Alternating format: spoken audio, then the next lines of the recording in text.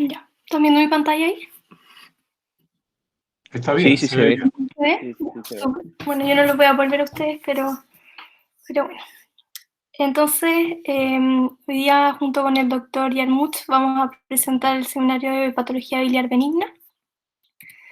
La patología biliar benigna corresponde a un conjunto de enfermedades que, por su nombre, como lo dice, son no neoplásicas y que ocurren tanto en la vesícula como en la vía biliar. Y estas enfermedades principalmente están causadas de una u otra forma en base a la litiasis, ¿ya? Entonces, un pequeño recordatorio anatómico. Inicialmente la vesícula mide entre 7 y 10 centímetros, tiene una capacidad para almacenar bilis de 30 a 50 ml, pero incluso se puede extender para almacenar hasta 300 ml. Y bueno, sobre la vía biliar tenemos una porción intrahepática y una porción extrahepática. En la porción intrahepática tenemos los conductos hepáticos derecho e izquierdo, que cuando se juntan para hacer el conducto hepático común, que no sé si se ve en mi flecha, ahí ya se pasa a llamar la vía biliar extrahepática. Entonces el conducto hepático común se va a juntar con el conducto cístico que viene de la vesícula y van a formar el conducto colédoco, ya que está aquí marcado con una línea entrecortada. Inicialmente el colédoco va a tener una trayectoria por posterior a la primera porción del duodeno y finalmente se va a insertar a nivel de la cabeza del páncreas teniendo una porción intrapancreática y finaliza su trayecto a nivel de la papila duodenal mayor o la ampolla de Vater, donde se junta con el conducto pancreático mayor o el virso, ¿ya? Entonces aquí es donde culmina la vía biliar, donde para excretar finalmente la bilis, que es el producto un producto que se secreta continuamente en los hepatocitos y que va a drenarse a través de los conductos biliares, o sea, perdón, los biliares y posteriormente el conducto hepático y así toda la vida para llegar al tracto digestivo, donde se junta con el líquido pancreático. ¿Ya? Bueno, la bilis, que es este producto que forma el hígado forma aproximadamente entre 800 ml y 1 litro de bilis al día. Está compuesta por agua, proteínas y principalmente el colesterol de distintas formas, ¿ya? Ahora un poquito sobre los cálculos biliares.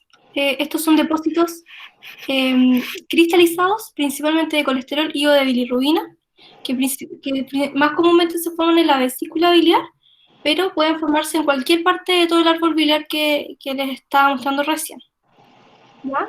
Se van a clasificar según su composición en cálculos de colesterol, que son la gran mayoría, sobre el 90%. Los cálculos...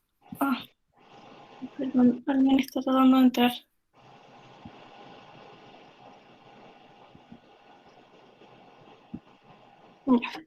Bueno, más del 90% son cálculos de colesterol.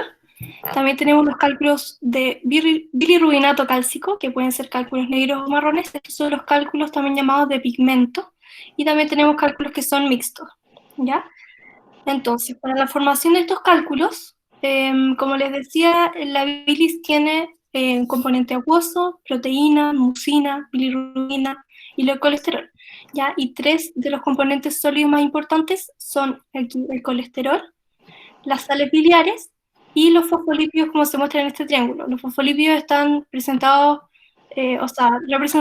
por la lecitina mayormente, ¿ya? Entonces, estos lípidos están distribuidos en una formación, como en un equilibrio que hace que la bilis sea líquida, ¿ya? Entonces, hay una saturación definida de cada uno de ellos para que la bilis siga siendo líquida, que es acá donde dice primera fase, ¿ya? Estos son los porcentajes de cada uno de los componentes que van a generar esta bilis líquida. Entonces, lo que ocurre es que cuando uno de estos componentes aumenta su proporción, entonces la bilis se sobresatura de ese soluto y ese mismo va a precipitar en forma de cristales, ¿ya? Y bueno, como les decía, la gran mayoría van a ser de colesterol. ¿Ya? Y para esto existen múltiples factores que van a ir afectando un poco este proceso de litogénesis, ¿ya? Como tenemos cálculos de colesterol y cálculos pigmentarios, estos cálculos, además de ser distintos en su color, también son distintos en su forma, frecuencia y además en los factores que van a influir en su formación. Ya nos vamos a basar principalmente en los cálculos de colesterol, que tienen factores genéticos y litogénicos asociados. Eh, Se van a ver favorecidos por la hipomotilidad de la vesícula, factores intestinales, principalmente de absorción de colesterol, la transición de fase rápida, en una de las fases de la formación del colesterol, y lo principal es la hipersecreción hepática de colesterol. Y sobre esta hipersecreción hepática es que van a afectar la mayor cantidad de factores de riesgo, que vamos a conversar un poquito más adelante. Ya estos cálculos, como les decía, son los más frecuentes y son de color café, en comparación con los cálculos biliares pigmentarios que tienen que ver con una alteración en, en el metabolismo de la bilirrubina, ¿ya? Entonces, la litiasis, además de dividirla según su composición, la vamos a dividir según su ubicación. Cuando tenemos litiasis en la vía biliar intrahepática, le vamos a llamar hepatolitiasis. Cuando tenemos litiasis dentro de la vesícula, le vamos a llamar colecistolitiasis o colelitiasis. Y cuando ya está en la vía biliar extrahepática o en el conducto colédoco, se llama coleocolitiasis. Cada una de estas es importante distinguir su ubicación para tener claro cómo lo vamos a llamar, y cada uno de estos va a tener claramente un tratamiento distinto y también se asocia a un distinto tipo de cálculo. Ya eso también va a tener como algún tipo de implicancia en el tratamiento y la prevención a futuro. Isidora, Ujú. una cosa básica. Nosotros aquí en nuestro departamento a la hepatolitiasis le llamamos en realidad hepaticolitiasis, indicando que los cálculos están dentro de los conductos hepáticos, ¿cierto? Y la Ujú. colecistolitiasis para nosotros es sinónimo de colelitiasis. O sea, puedes decirlo de las dos maneras y está bien dicho, ¿ya? Probablemente colecistolitiasis es más específico, de acuerdo, pero para nosotros es lo mismo, da lo mismo decirlo de una forma u otra, solo eso. Ya, gracias, doctor. Bueno, entonces, ¿por qué son tan importantes estas patologías? Porque, bueno, en Chile son súper frecuentes. Es probablemente algo que nos va a tocar ver como médicos generales o ya sea en cualquier especialidad que nos dediquemos, o probablemente ya nos ha tocado ver en alguna de nuestras prácticas clínicas. Se estima que un 13% de los hombres y un 37% de las mujeres mayores de 20 años son portadores de cálculos biliares en Chile, con un promedio de prevalencia de un 27%, que en realidad es súper alto. Y bueno, Chile en realidad es el campeón en litiasis. Tenemos la prevalencia más alta en mujeres de edad media, alcanzando hasta un 50%. Bueno, como esto en realidad es súper prevalente, nos importa saber quiénes son los que tendrán complicaciones, que es alrededor de entre un 1 y un 4% de todos los pacientes. Y bueno, la litiasis también tiene un rol clave en el cáncer de vesícula, que bueno, vamos a tener un seminario mañana, así que lo vamos a poder conversar en profundidad, pero les dejé este gráfico donde muestra que en Chile, específicamente en la ciudad de Valdivia, tenemos la incidencia más alta a nivel mundial de cáncer de vesícula. Bueno, este es del año 2010, quizás ha cambiado un poco la cosa, pero en ese minuto éramos los número uno. Ya. Y ahora, para poder entrar un poquito más en los síntomas, la clínica de la colelitiasis, me gustaría hacer unos casos clínicos, ya, para ir pudiendo resolver las dudas también, ¿ya? Así que en nuestro primer caso, ustedes están trabajando en un CESFAM y llega una paciente de 43 años de sexo femenino con antecedente de obesidad y dislipidemia. Como fármacos, ella usa anticonceptivos orales combinados y atorvastatina 20 miligramos al día. Ella se sometió a una cirugía ginecológica reciente, fue una histerectomía por miomas, y dentro del estudio preoperatorio le pidieron una ecografía abdominal y su médico ginecólogo al alta le dijo que lleve esa ecografía a su médico del CESPA porque ella tenía cálculos. Entonces, ¿qué más le gustaría preguntar en el caso de esta paciente?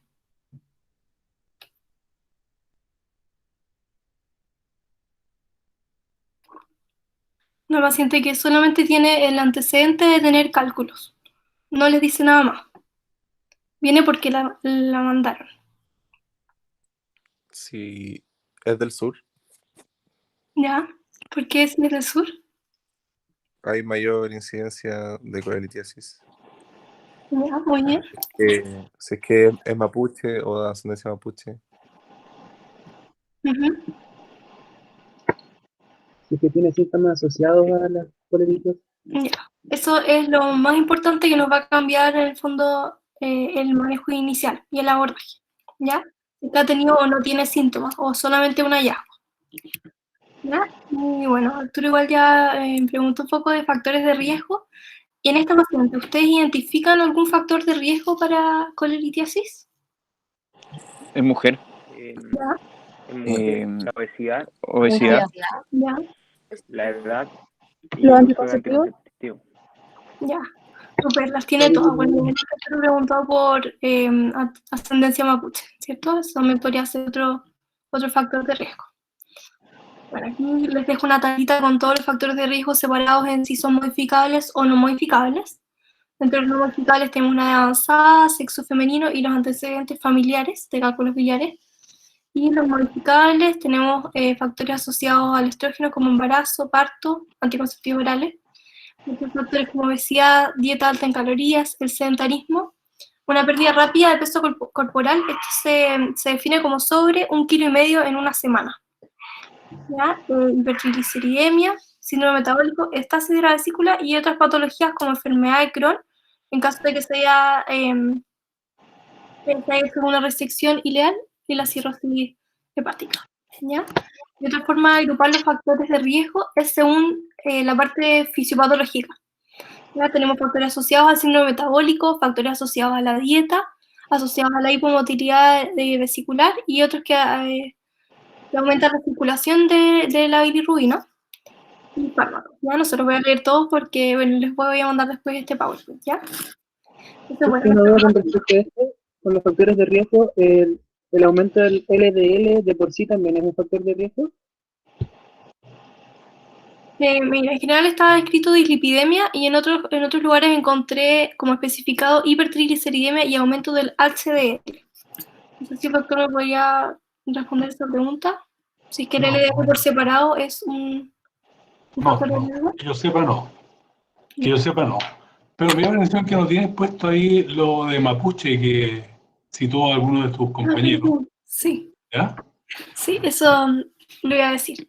La ascendencia mapuche, bueno, como habían visto en la ciudad de Valdivia, hay una alta incidencia y en la Araucanía también. Se ha visto también en otras razas americanas una prevalencia mucho mayor de litiasis en comparación con el resto de la población. Así que ¿Tú también es sabes importante preguntar. qué porcentaje de la población nuestra tiene genes mapuche? No, La población de Chile. no, doctor. ¿Alguien se acuerda, no? Prácticamente la mayoría, o sea, principalmente en los estratos socioeconómicos medios y bajos. Y si uno extrapola eso, debe ser bastante.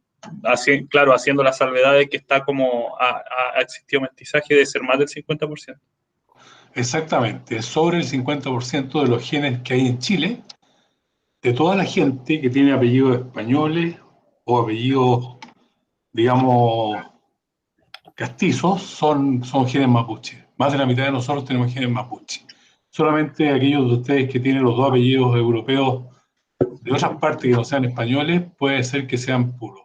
Los demás somos todos un poco mapuche. Es importante saberlo. Doctor, ¿y hay algún trabajo que indique como algún efecto sinérgico como de riesgo entre la mala alimentación y los genes mapuche? Disculpe que sea tan específico, pero me interesa. Sí, no conozco que haya un estudio al respecto. Me parece que no hay. Ya. Bueno, dentro de lo que leí yo tampoco había nada asociado al respecto, pero sí se asocia que la población mapuche tiene también cierta forma de alimentarse. las comidas típicas mapuche también son altas en carbohidratos. Quizás eso puede tener algún tipo de relación también. Puede ser. Ahora, siguiendo con nuestro caso clínico, la paciente dijo que nunca había tenido síntomas, pero les cuenta que a su hermana y a su tía le sacaron la vesícula por cálculos, ¿ya? Y aquí ya les muestra esta ecografía. ¿A alguien le gustaría describir un poco? Se ve una imagen, no me acuerdo, la blanquita era hiperecogénica, creo. ¿Hiperecogénica? ¿Sí? Sí. Con una sombra acústica. Y bueno, yo imagino que eso que está ahí es la vesícula, por la ubicación. Y bueno, eso básicamente. Más hallazgos no se ven mucho. No sé si podría haber el grosor de la vesícula, de la pared vesicular, pero me parece que no es posible. Se ve una vesícula de pared normal esa, ¿ah? ¿Sí? Menor de 3 milímetros, claro. Doctor, ¿cómo lo establece ahí? Porque es difícil de ver hacia abajo con toda la hiperecogenicidad. Es que en la parte de arriba ustedes ven una parte blanquita, ¿no es cierto? No se las puedo mostrar, no tengo puntero aquí. Esa sombra blanca que se ve en la parte superior de la imagen negra, ese es el espesor de la pared vesicular. Ya. En este caso se ve menor de 4 milímetros, que es el límite que nosotros nos ponemos, digamos. O sea, eso me guía de alguna manera. Claro. Cuando la doctora muestre una cole aguda, probablemente vamos a ver claramente la diferencia en el espesor de la pared. Ya viene más adelante. Ya, pues entonces súper bien. Eso es lo que nos muestra la ecografía. Muestra una vesícula en general normal. Se ve la litiasis dentro de la vesícula y su respectiva sombra acústica, que es, bueno, esta imagen hipoecogénica o casi anecogénica, que revela que las ondas de ultrasonido no pueden pasar hacia más, digamos, hacia más profundo por la interferencia de este cuerpo sólido que es el cálculo, ¿ya? Y lo otro que hay que ver y que es importante es las paredes. Como decía el doctor, el límite, bueno, yo había leído que eran 3 milímetros en una pared, pero es importante también ver como que sea la pared homogénea y alrededor de la vesícula si es que hay algún tipo de edema o sea algún signo inflamatorio. Ya en este caso no se ve. Entonces, esta paciente, ¿qué diagnóstico le pondrían?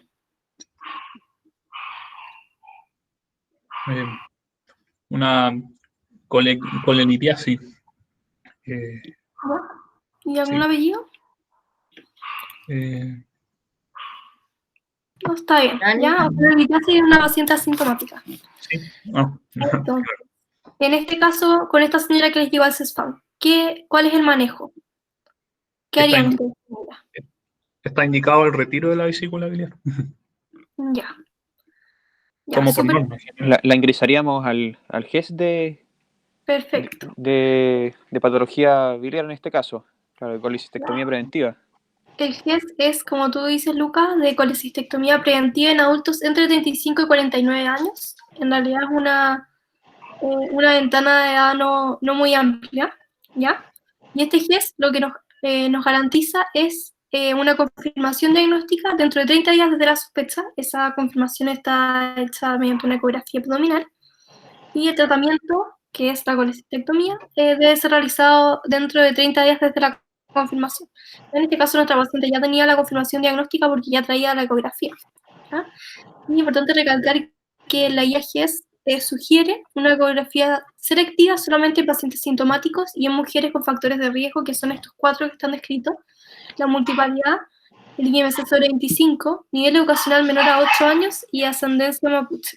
Ya, bueno, nosotros sabemos que ya hay un montón de factores de riesgo más, pero en este caso estaríamos casi que haciendo la ecografía a toda la población, y lo que garantiza la IAGES es una ecografía selectiva. Isidora, mira, la respuesta que ustedes dan es muy buena en Chile. Todas las vesículas con cálculos se extraen como norma general. Pero si estuvieran viviendo en Estados Unidos o en Alemania, esa no sería la respuesta correcta. En esos países solamente se hace colecistectomía en los pacientes sintomáticos. No hacen en pacientes asintomáticos porque ellos no tienen cáncer vesicular, o tienen muy poco cáncer vesicular.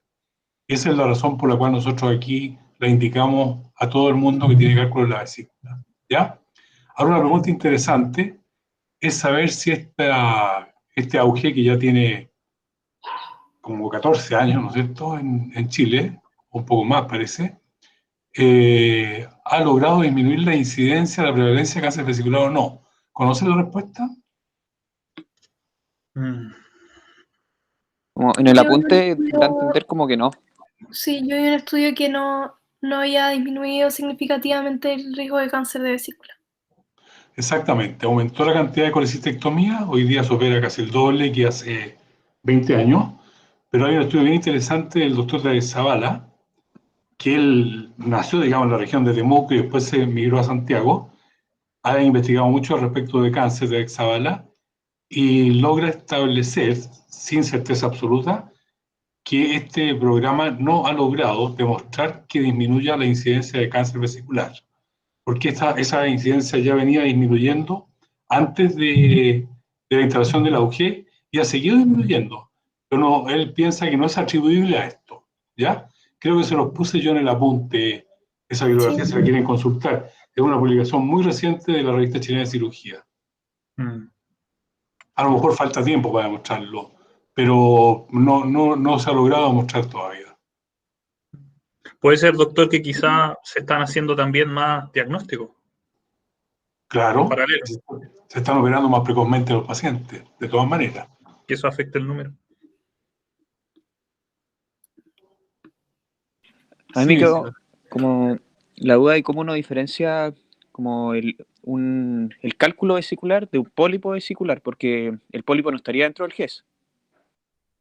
el pólipo sí está dentro del GES si mide 10 milímetros o más. También está en el GES hoy día. Pero, ¿quieres contestar eso, Isidora, tú o luego? ¿Cómo diferencia el pólipo del cálculo en la eco? Bueno, la forma va a ser distinta, no vas a tener la sombra acústica, esa es la clave para diferenciarlo. Esa es una. ¿Y la otra cuál será? Cuando le está haciendo una ecografía a una paciente o a un paciente, el médico o el tecnólogo lo hace moverse, de tal modo que la sombra que se ve adentro se mueve dentro de la vesícula. El pólipo no se mueve, siempre está adherido a la pared, ¿ya? En cambio, el cálculo sí se mueve y puede pasar del fondo hacia más arriba, más abajo, etc. Esas son las dos formas de saber si es un pólipo o es un cálculo. Perfecto. Ya, pues sigamos entonces. Como les decía, la garantía del GES es la colecistectomía preventiva. Existen dos abordajes principales para hacer la colecistectomía. Una es la clásica colecistectomía abierta y otra es la laparoscópica.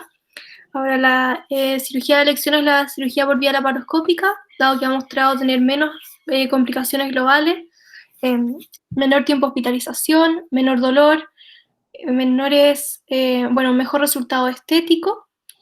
Y bueno, la única diferencia dentro de lo que leí es que en la colecistectomía abierta hay menos porcentaje de lesiones de la vía biliar. ¿Ya? Pero de forma global, la colecistectomía laparoscópica tiene muchos más beneficios. Y bueno, también les dejé aquí el manejo médico. En realidad se ha probado manejo con ácido ursodeoxicólico de un tratamiento largo y en general tiene una baja efectividad y una alta tasa de recurrencia, por lo que no está recomendado. ¿Ya? ¿Alguna duda de este caso o pasamos al siguiente? Yo tengo una duda. O sea, no sé, sí, una duda. En esta paciente igual habría que, o sea, una vez, estando, no sé, pues en un CEFAM, ¿cierto? Sí. Y si estoy en ese CEFAM, yo la mando a la urgencia del hospital o la derivo como ambulatoria al cirujano. ¿Isidora? No tengo, o sea, no sé muy bien cómo es el flujograma del GES, pero al activar el GES se hace la derivación y tenemos esta garantía de 90 días para el tratamiento en el caso de esta paciente y en caso de sospecha de otra paciente serían 30 días para que le confirmen el diagnóstico. Me imagino que activando ese flujograma del GES y haciendo la derivación no es necesario derivar a la urgencia. Va a decir la urgencia, no, porque esto no es una urgencia. Estamos hablando de una vesícula litiásica, pero que no está aguda, ¿cierto? Fue un hallazgo de una ecografía. O sea, la señora tiene que operarse, tiene un plazo de 1 mes, 3 meses, según como uno lo mire, pero no es una urgencia, o sea, no la manda al servicio de urgencia. Esto va a depender de la previsión del paciente. Si el paciente tiene FONASA, por ejemplo, la manda al FONASA, si tiene ISAPRE, la manda a su ISAPRE, con un papel ad hoc que existe, y ellos la derivan al centro que está atendiendo GES, específicamente, ¿ya? Pero es una enferma electiva que se envía a un policlínico, ¿ya? Y se envía a su sistema de salud asociado. No es una urgencia. Doctor, quizás medio inespecífica mi pregunta, pero ¿existe como alguna especie de forma pronóstica de saber cuándo se va a complicar una colelitiasis a otra, a otra enfermedad, una vez que uno como que la diagnostica, no sé? No, porque seguramente se los va a decir más rato Isidora, hay un grupo importante de pacientes que son portadores de cálculo y que jamás hacen un cólico biliar siquiera. Eso es especialmente válido para los hombres, para el sexo masculino. Y no todos los pacientes que tienen cálculos van a complicarse de alguna manera. La complicación menor, diría yo, sería tener cólico, ¿no es cierto? La complicación mayor sería irse a un cáncer, ¿ya? Hay un amplio espectro entre ambas complicaciones y no todos se complican. ¿Qué porcentaje, Isidora, se llegan a tener una sintomatología o complicación? ¿Te acuerdas? Sí, entre un 1 y 4% del total de los pacientes van a presentar algún tipo de complicación. O sea, la grandísima mayoría van a permanecer asintomáticos. Pero asintomático es más o menos el 50%, el resto va a tener síntomas. Esa cifra que tú das es la cifra anual de complicación, ¿ya? Ya. Que se va sumando después. Pero entre un tercio y la mitad de los pacientes nunca en su vida van a presentar síntomas ni complicaciones, ¿ya? Por esa razón es que en otros países que no tienen cáncer no lo operan. Pero aquí en Chile el cáncer se mete al medio de nosotros y nos hace que operemos a todos estos pacientes. Ya.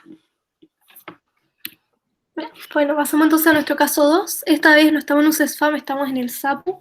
Y llega un paciente de 48 años, de sexo masculino, sin antecedentes mórbidos.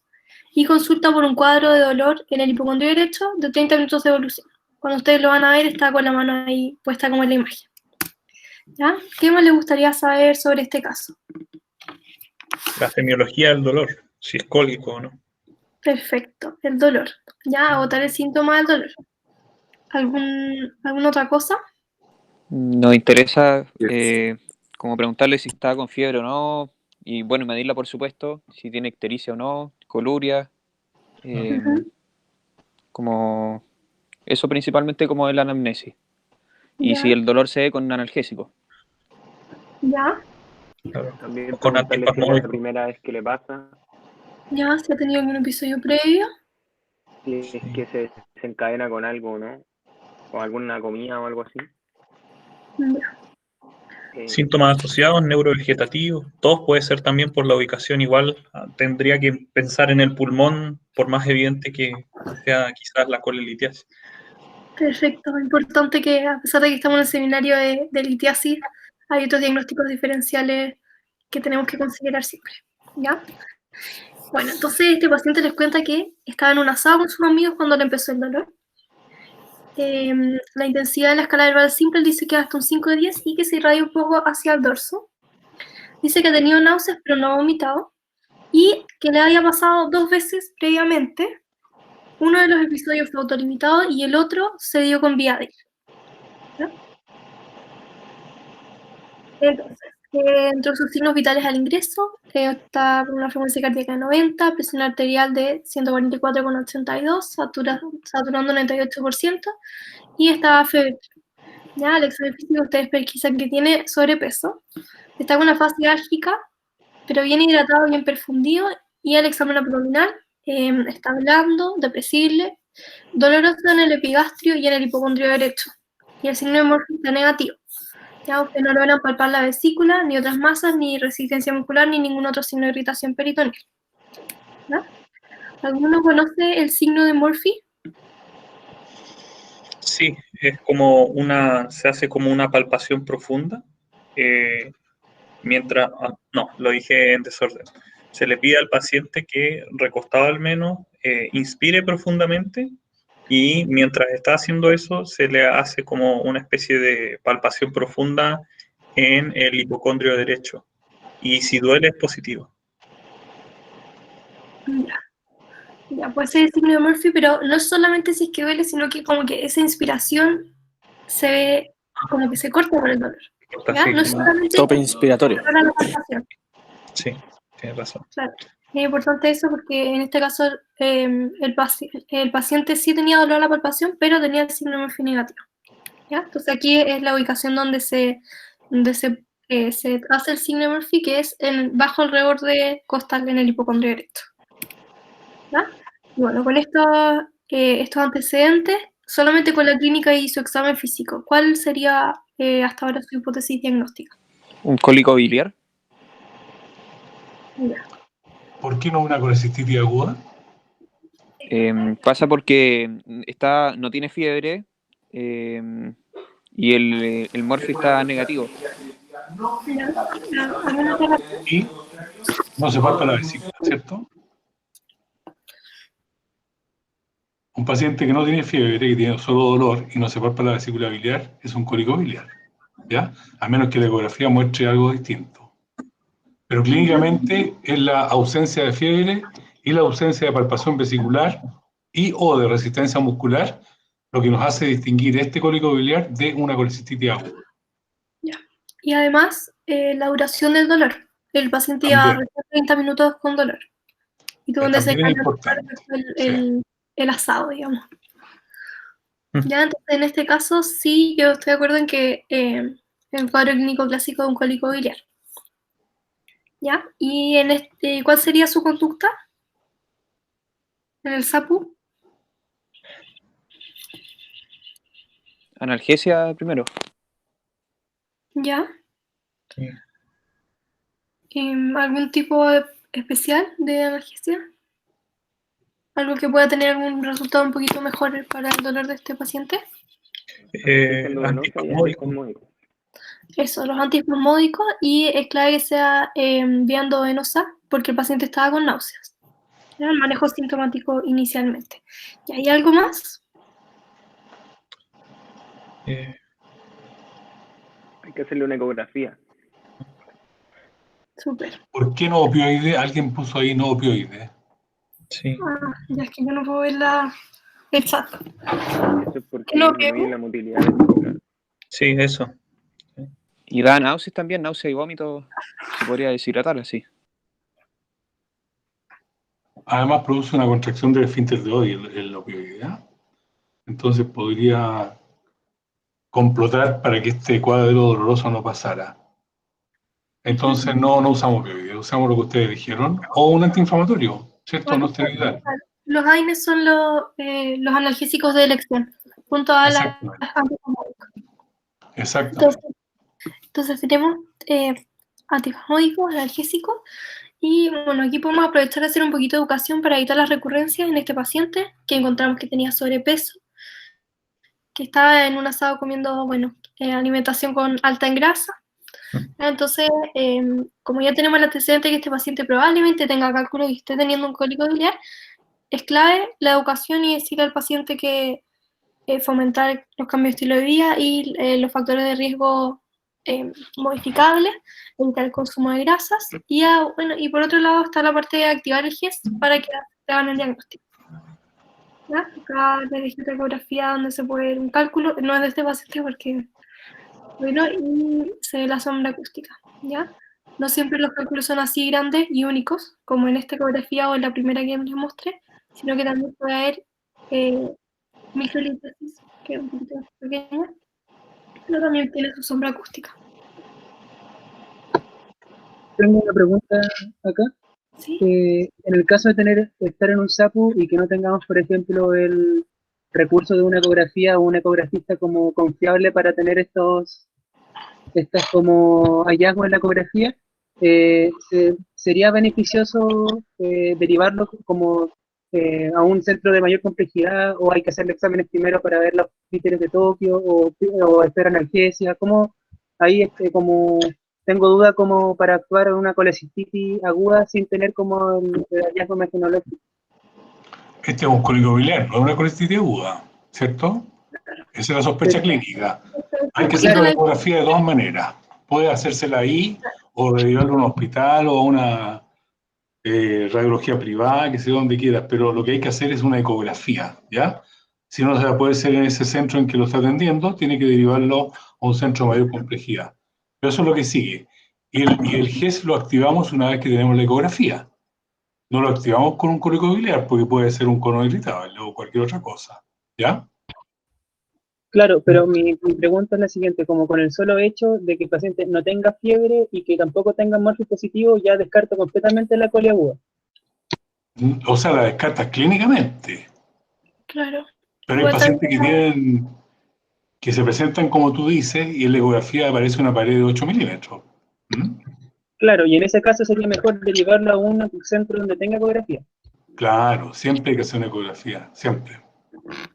Pero de urgencia, porque aquí uno puede ver la evolución del paciente, no Claro, si se le quitó el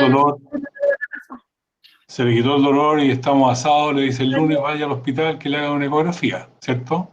Ahora, si el dolor persiste, ahí aumenta la posibilidad de que sea una coli aguda y no un cólico biliar, y tenemos que apurarnos un poquitito más. Ahí lo mandaremos al servicio de urgencia, ¿cierto? Pese a que no tenga fiebre. Pese a que no tenga fiebre. Ustedes no se olviden que hay pacientes que son inmunodeprimidos, como los diabéticos, por ejemplo, y que no hacen fiebre, o hacen poca fiebre. Igual la gente mayor. De repente hacen poca fiebre o no hacen fiebre. Están con una vesícula que está con necrosis vesicular.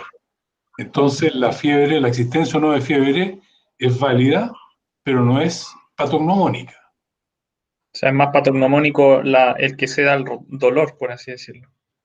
Un dolor que persiste en el tiempo, ¿no es cierto? O la palpación de una masa en relación con la zona vesicular.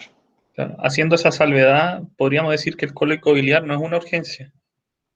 El cólico biliar es una urgencia porque produce dolor y incomoda al paciente, Claro, sí. pero no es una urgencia quirúrgica. Ya. Uh-huh. Ya. Gracias. Pasamos al siguiente caso.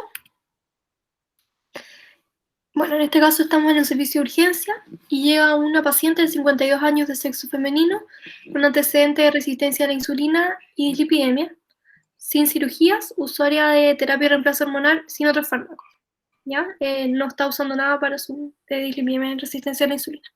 Ella consulta por un cuadro de 12 horas de evolución de dolor en el cuadrante superior derecho del abdomen, con una intensidad máxima de 8 de 10 en la escala verbal simple, es un dolor constante y ha tenido malas respuestas antiespasmódicos. ¿Ya? Refiere a un episodio de vómitos alimentarios y anorexia. Cuando ingresa en buenas condiciones generales, con una presión arterial de 148,82, frecuencia cardíaca 90, saturación del 97% y A febril, temperatura 36,5. ¿Ya? Y al examen físico, tenemos un abdomen distendido, ruidos hidráulicos escasos, dolorosa la palpación en el hipocondrio derecho, signo de morfi positivo, pero sin signos de irritación peritoneal y sin masas palpables. Ya, en este caso, ¿qué le llama la atención? Bueno, habría que verificar la toma antiespasmódico y si es que es adecuada o pertinente. El hecho de que no haya cedido a esto ya es como un indicador de algo. No, llama la atención. Es constante también el dolor. Ya. No es cólico. Hay un dolor que dura 12 horas, ¿no es cierto? Ya, que tiene Merfi positivo. Eso nos está indicando que ya es más que un cólico biliar, ¿cierto? Sí. Y otra cosa, que la intensidad es hasta una 8 de 10. También es un poquito mayor. Entonces, solamente con la clínica, ¿ya? ¿Qué es lo que estarían pensando? Una colicistitis aguda. ¿Ya? ¿Y algún otro diagnóstico diferencial que se les ocurra? Podría tener una pielonefritis aguda. También, ¿de Bien, acuerdo? bien. Súper. Podría ser un cólico renal también. Podría ser también, sí, ¿de acuerdo? Bueno, esto solamente para recordar que no son solamente los diagnósticos diferenciales, o sea, de la vesícula, ¿ya? En este caso sí, tiene cara de una colecistitis aguda, y aquí le puse también una colecistitis crónica reagudizada, que es, en el fondo, el término correcto, ya que, bueno, en una gran mayoría de los casos, ya que todos los pacientes que tengan una litiasis vesicular van a presentar algún cierto grado de inflamación crónica por el hecho de que estén los cálculos dentro de la vesícula, ¿ya? Entonces todos estos pacientes tendrán una colecistitis crónica y por eso mismo se puede llamar colecistitis crónica reagudizada. Lo más frecuente que van a escuchar en todos lados es colecistitis aguda, ¿ya? Pero en términos fisiopatológicos ese sería el término más correcto, ¿ya? Entonces, bueno, ¿qué es esta colecistitis aguda? Una inflamación aguda de la vesícula biliar que se produce en la gran mayoría de los casos, sobre un 95%, secundaria a la obstrucción por un cálculo, ¿ya? Y es súper importante que tengamos claro el cuadro clínico para tener un alto índice de sospecha porque es la segunda causa de infección intraabdominal complicada en el servicio de urgencia. ¿Ya? En primer lugar está la apendicitis. La mortalidad es un 0,6%. Y bueno, como les decía, hay 95% de los casos son por cálculos y hay un menos de un 5% que se llaman colecistitis alitiásicas, ¿ya?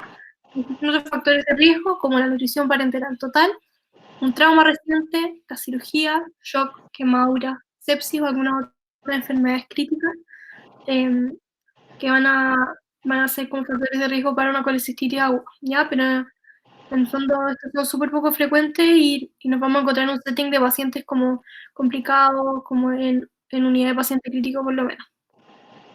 Entonces ¿Conocen alguna causa infecciosa de colecistitis aguda litiásica? Fasciola hepática. Eso no, eso es más bien, lo vemos como obstrucción biliar, con ictericia, etcétera. Pero Salmonella titis. claro, Salmonella, sí. exactamente, la tifoidea, que era una enfermedad endémica en Chile hasta hace 40 años atrás, toda la gente mayor de 50 años en Chile tuvo tifoidea, o casi toda. Si ustedes preguntan a sus abuelitos y a algunos de los papás, les van a contar que sí tuvieron tifoidea.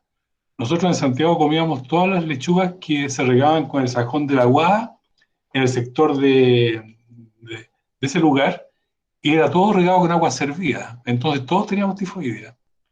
Bastó con que se hicieran medidas de higiene, de modo de no regar las lechugas con ese tipo de aguas, y se acabó la tifoidea en Santiago, ¿ya? Pero en ese tiempo nosotros veíamos colecistitis aguda, alitiásica, y era por tifoidea. Y esa es la única que no se opera, se trata con antibióticos, ¿no es cierto? Pero hoy día es anecdótico. Ahora, si ustedes estuvieran en Bolivia viviendo, seguirían viendo colecistitis aguda litiásica tífica, ¿ya? O en países de menor desarrollo. Ya. Bueno, ¿y cómo es que ocurre esta colecistitis aguda? Aquí en la imagen, en la A tenemos una vesícula normal con cálculos en su interior y en la B tenemos como los eventos fisiopatológicos que van a llevar a la colecistitis aguda. Inicialmente lo que ocurre es la impactación de un cálculo en el infundíbulo en el tracto de salida de la vesícula, con un consecuente aumento de la presión intraluminal. Se liberan mediadores inflamatorios, principalmente prostaglandina, que inicialmente se van a liberar a nivel local, posteriormente ya va a ser algo a nivel sistémico. Junto con esto va a empezar a distenderse la vesícula y va a haber una pared engrosada con hiperemia, aumento de la permeabilidad y el edema, ¿ya? Entonces esto inicialmente sería algo inflamatorio y como la evolución lógica sería un compromiso posterior del flujo venoso, con un consecuente compromiso del flujo arterial, que puede llegar finalmente a isquemia, necrosis e incluso una perforación de la pared si es que no se llega a tiempo para hacer el tratamiento indicado, ¿no? Entonces, como les decía, esto tiene una base inflamatoria. ¿Cuál es el rol aquí de la infección? El riesgo de infección inicialmente es bajo. Dentro de los primeros 2 o 4 días es bajo, pero aumenta o sea, significativamente sobre la semana. Y los microorganismos que nos tienen que preocupar acá son los anaerobios y los gram negativos. Principalmente sería la Escherichia coli, que es el número 1 como microorganismo en sobreinfección de la colicistitis aguda, ¿ya? Entonces, sabiendo que tenemos a esta paciente que por la clínica nos indica que es una colicistitis aguda, ¿cuál sería su conducta estando en un servicio de urgencia? Hay que hospitalizar a nuestra paciente.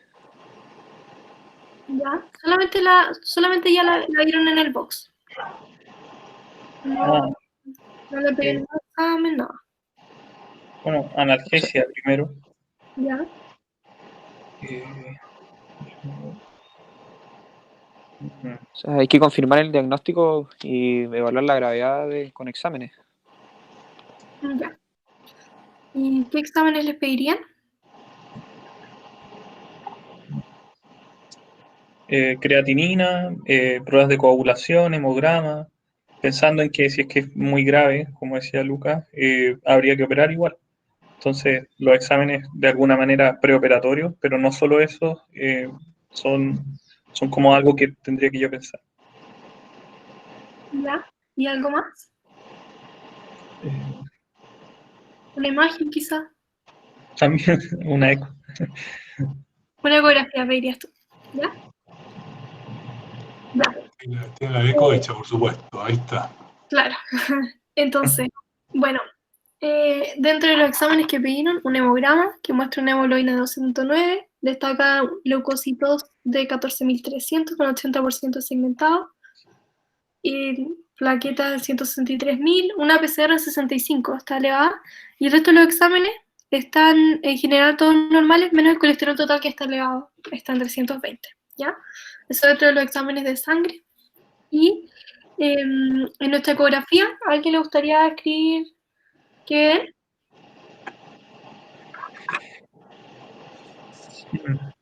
Se ve, bueno, una vesícula que al parecer yo no soy, yo no he visto muchas imágenes en mi vida que digamos, pero se ve al parecer una pared engrosada y yo imagino que lo que está al lado izquierdo es el hígado, por como la ecogenicidad que tiene. Y se ve como yo podría decir que lo que está abajo en esa, como en lo que podría ser la vesícula, es el cálculo y está como impactado probablemente en el tracto de salida y se ve como un relleno que está como a superior en la imagen, que me imagino que podría ser líquido, pero ahí no estoy muy seguro. Pero esa es como la descripción que hago yo. Ya. Bueno, aquí también había un poquito de trampa, estaba marcado que en este segmento me están midiendo la pared, se ve un poquito expresado, por lo menos, si nosotros no sabemos medirla, por lo menos nos podemos dar cuenta que es heterogéneo y que en este sector está más engrosada que, por ejemplo, más hacia acá, ¿ya? Y esto aquí podrían ser signos de edema perivesicular. Está marcado, ¿ah? ¿Sí? Hay dos signos más, ¿no es cierto? Y abajo hay una medición que dice que mide 6,71 milímetros, la pared vesicular. Es decir, claramente está engrosada. Se ve el cálculo claramente abajo, una sombra blanca, al final de la vesícula, ¿no es cierto? Con un eco negro, que es la sombra ecogénica, que le pone el sello a que es un cálculo. Una estructura que se interpone a la pasada del eco, ¿cierto? Del ultrasonido. Eso es la sombra sónica posterior. Es decir, es claramente una colecistitis aguda. Claro. ¿Y, Bueno, ¿y eso que hay es líquido o no? Lo que hay por encima del cálculo Sí. es líquido, claro, y probablemente hay un poco de barro biliar también ahí. Porque hay una zona que está muy negra arriba y una zona que está más gris entre el cálculo y la zona negra. ¿Se fijan? Eso podría ser barro biliar.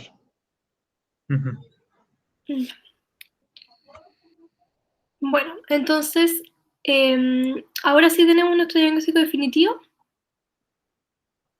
Perdón, Isidora, dentro de las pruebas que tú mostraste de los exámenes de sangre, ¿hay alguno muy importante o no que aparece ahí? Que en este caso es normal, pero muy importante para antes de operar a esta enferma y que puede cambiar la conducta quirúrgica, digamos, que les puede cambiar lo que tienen que hacer durante la cirugía. Lucas, Las pruebas hepáticas, La porque bici. tienen que estar normales. Si están alteradas, podríamos pensar en coledocolitiasis. exactamente, es fundamental fijarse muy bien en las pruebas hepáticas, porque si el paciente tiene además coledocolitiasis, la conducta es absolutamente diferente y la doctora lo va a tocar más adelante. Bien. Ya. Bueno, entonces, ahora sí, junto a la clínica, los exámenes de laboratorio y la ecografía, ya podríamos decir que tenemos nuestro diagnóstico definitivo. ¿Ya? ¿Cómo se hace este diagnóstico? Obviamente la sospecha inicial es clínica, ¿ya? Pero existen estos criterios de Tokio que tienen una alta especificidad y sensibilidad para el diagnóstico de colecistitis aguda. Acá tenemos 3 ítems. El primero son signos de inflamación local, que se ven al examen físico, como el signo de Murphy positivo, o dolor, masa palpable o sensibilidad en el hipocondrio derecho. Después, en la parte B tenemos signos de inflamación sistémica, como pueden ser la fiebre, elevación de PCR o recuento de leucocitos. Acá es súper importante que es que necesitamos solo uno de cada uno. En este caso, nuestra paciente no tenía fiebre, ¿ya? Y como decía el doctor, hay pacientes que simplemente no nos van a presentar fiebre, pero y no por eso se va a excluir el diagnóstico de colecistitis aguda, ¿ya? Entonces es importante tener eso en cuenta. Y la tercera parte ya son los hallazgos imaginológicos característicos de la colecistitis aguda, ¿ya? Y para confirmar el diagnóstico tenemos que tener uno en cada uno. Entonces la sospecha diagnóstica puede hacerse solo con la clínica, pero la confirmación tiene que llevar una imagen, ¿ya? Doctor, tengo una pregunta. Bueno, el dolor es constante en este caso, como vimos.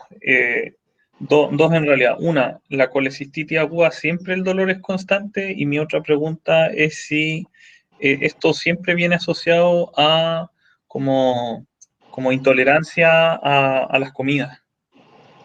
No, no necesariamente viene asociado a intolerancia a las comidas. Hay gente que debuta con una cole aguda y jamás tuvo sospecha de alguna enfermedad de este tipo, ¿ya? Ahora el dolor se llama dolor cólico, pero está mal llamado dolor cólico. Es un dolor en meseta en realidad. Es un dolor que empieza, asciende, después se mantiene, ¿ya? O sea, se puede hacer constante. Ese dibujo de ese dolor se ve en el 75% de los casos. Solo un 25% hay un dolor que realmente es cólico, como el dolor de la diarrea, que sube, baja, ¿ya? Lo más frecuente es que sea un dolor en meseta, es decir, asciende lentamente y se mantiene. Y dicho de otra forma, entonces el patrón cólico es del cólico biliar, disculpe que sea tan evidente, pero y el patrón de meseta es más propio de la colecistitis aguda. No, ambos son iguales. Ambos son iguales. Ambos son en meseta en la mayor frecuencia. El cólico biliar también. El cólico biliar es mal llamado cólico biliar. Ya. Ya. Seguimos entonces. Bueno, en este caso a este paciente le pedimos una ecografía, pero muchas veces son otros exámenes los que se piden. Sin embargo, como ya sabemos, la ecografía es el examen inicial de elección para la patología biliar, ¿ya? Vamos a ver otra imagen. Lo que hay que buscar en la radiografía, o sea, en la ecografía, son inicialmente los cálculos, si es que hay, o barro biliar. Tenemos también el signo de Murphy ecográfico, que es el signo de Murphy, pero mediante el dolor provocado con el ultrasonido. Hay que ver, como decía el doctor, la pared si está engrosada. Acá en el libro de la universidad ponen de límite más de 5 milímetros. También se pone una distensión de la vesícula biliar y alrededor de la vesícula, el líquido periovesicular, signos como de inflamación. ¿Ya? En general van a ser signos parecidos a los que se van a ver en las otras imágenes, como en el TAC o la resonancia magnética. La vesícula distendida, la pared engrosada y signos como de edema y inflamación perivesicular. Entonces, tenemos una clasificación de gravedad para nuestros pacientes con colecistitis aguda, y esta clasificación de gravedad va a ser principalmente basada en la presentación clínica. Ya en el grado 1 tenemos inflamación de la pared, grado 2 ya tenemos algún signo de una complicación local, como una masa palpable o líquido alrededor de la vesícula, síntomas prolongados por más de 72 horas, leucocitosis sobre 18.000 o la PCR elevada. Y en el grado 3 ya tenemos algún tipo de disfunción orgánica. ¿Ya?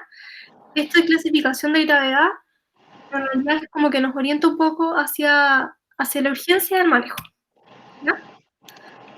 Bueno, teniendo entonces nuestra colecistitis aguda, nuestro paciente en la urgencia todavía está ahí en el box de urgencia. ¿Qué indicaciones dejarían ustedes?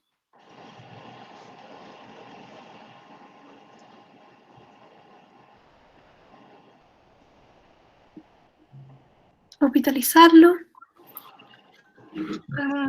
Manejo del dolor, dijeron antes. ¿Algo más? ¿Cómo manejarían a este paciente? ¿Régimen 0 puede ser? Ya, bien. ¿Régimen 0 para qué? Por imposible cirugía más adelante.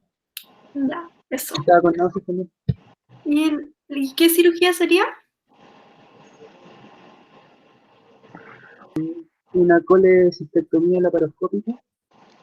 Idealmente una colecistectomía laparoscópica. Ya, hospitalizar, régimen 0, reanimación con fluido y analgesia. Y la indicación de una colecistectomía precoz en general se habla de menos de 72 horas. Igual por eso les mostraba los grados de severidad, porque eso nos va a apurar un poquito la urgencia de la cirugía. ¿Ya? Idealmente es que sea dentro de las primeras 48 horas, porque así la tasa de conversión a cirugía abierta es mucho menor que si es que es sobre las 72 horas, ¿ya? Y como ya les decía, la cirugía laparoscópica tiene harto beneficio más que la cirugía abierta. ¿Ya? Pero en caso de complicaciones, en PMA o en pacientes diabéticos, se sugiere una cirugía más precoz aún. ¿Ya? O sea, esta es una urgencia quirúrgica, ¿cierto? Claro. ¿Pero es una emergencia quirúrgica o es una urgencia quirúrgica? Es una urgencia, o en realidad depende de la gravedad del paciente. En el caso de nuestra paciente, sería más una urgencia, y es una paciente que está estable. ¿Ya? ¿Y cuándo sería emergencia? Si ¿Alguna vez? tiene abdomen agudo podría ser, como signo de irritación peritoneal, como complicaciones de... De complicaciones. Signos de gravedad. Pero, ¿cuál es el concepto de emergencia para ustedes? Porque eso depende. Que debe ser solucionado, ojalá dentro de los próximos 10 minutos tomar acción, porque si no el paciente se descompensa y se puede morir. Exacto. Con esa definición, la colecistitis aguda jamás va a ser una emergencia quirúrgica. No lo es, ¿ya? Tampoco la colangitis que vamos a ver más adelante. ¿Qué emergencia quirúrgica real conocen ustedes? ¿Penetrante cardíaca? Claro. No, porque le puedes poner una aguja en el pericardio y evacuar el dedo pericardio, que es lo que lo va a matar. Un aneurisma. Pasa sangre a chorro por dos venas. ¿Qué emergencia quirúrgica real conocen?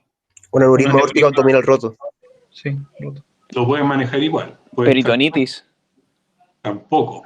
Es una emergencia porque te demoras habitualmente. Hoy día se sabe que en la peritonitis y la sepsis intraabdominal, lo más importante es el manejo del bundle de reanimación, y tiene usted 12 horas para operar al enfermo. Así que tampoco es una emergencia. La única emergencia real es el señor que está comiendo el asado del 18 de septiembre y se le atasca un pedazo de carne al entrar a tráquea. A ese señor, si tú no lo auxilias en los próximos 2 o 3 minutos, se va a morir. ¿Ya? También le pasa a los niños, a las guaguas, que se echan cosas a la boca y de repente se les va la vía aérea y se les tapa la vía aérea. Esa es una emergencia quirúrgica. ¿Ya? Una doctora ahí la definió 10 minutos, puede ser, claro, pero yo diría que es menos que eso incluso. Es una emergencia respiratoria por una obstrucción aguda. ¿Ya? Los demás todos pueden esperar algunas horas, algunos días a veces, y esas se llaman urgencias, no emergencias. La patología vesicular no es una emergencia. Por eso no tiene ningún sentido que si el paciente llega a las 12 de la noche, los cirujanos lo operen a las 1 de la mañana o a las 3 de la mañana muy cansado, a menos que sea un paciente que viene extremadamente mal, cosa que se ve poco. Siga, doctora. Ya. Ahora, ¿en qué casos podríamos diferir nuestra colecistectomía precoz? En casos de pacientes de muy alto riesgo quirúrgico o múltiples patologías crónicas, aquí quizás, doctor, usted me podría ayudar. Se plantea una colecistostomía percutánea vía transhepática. No sé en realidad qué tan frecuente se hace esa cirugía, que en realidad es como de descompresión de la vesícula. Y posteriormente se hace una colecistectomía, pero es como en realidad para la urgencia. Se hace muy poco. En nuestro medio, prácticamente, a ver, ¿cuántas haremos en el hospital? 2 al año, o una quizá, ¿ya? Son pacientes extremadamente graves, pacientes de UTI habitualmente, que no resisten una anestesia general y por lo tanto no van a poder ser operados.